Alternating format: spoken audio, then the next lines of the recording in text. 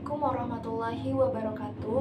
Saya Dewi Widawati Nuraini dari kelas 1B Fakultas Farmasi dan Sains Universitas Muhammadiyah Profesor Dr. Hamka. Di sini saya akan menjelaskan tentang translasi. Sebelum masuk ke translasi, saya terlebih dahulu akan menjelaskan tentang mRNA, tRNA, dan rRNA.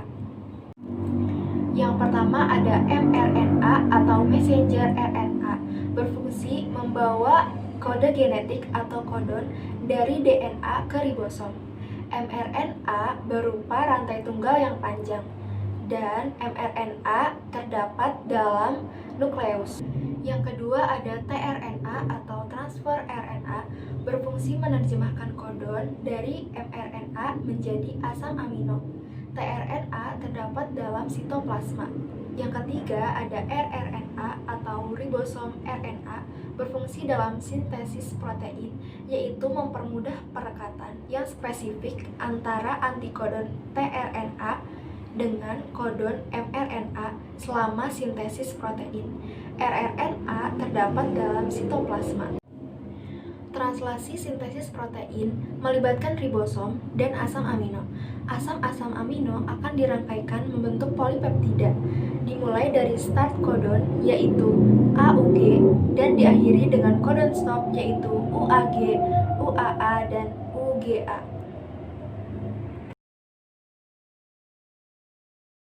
Ada 3 tahap translasi. Yang pertama ada inisiasi, yang kedua ada elongasi, dan yang ketiga ada terminasi. Inisiasi dikenalinya ujung 5 aksen mRNA oleh ribosom subunit kecil, kemudian mencari kodon start. Proses translasi akan dimulai dari kodon start. Elongasi, proses merangkaikan asam amino berdasar urutan kodon pada mRNA yang dilakukan oleh ribosom fungsional atau setelah bergabungnya ribosom subunit besar dengan subunit kecil. Terminasi, pengakhiran sintesis protein saat ditemukan kodon stop.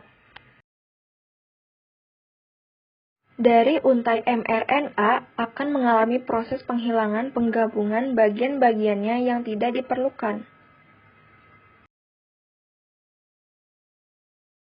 mRNA kemudian akan bergerak keluar dari nukleus menuju sitoplasma untuk proses berikutnya.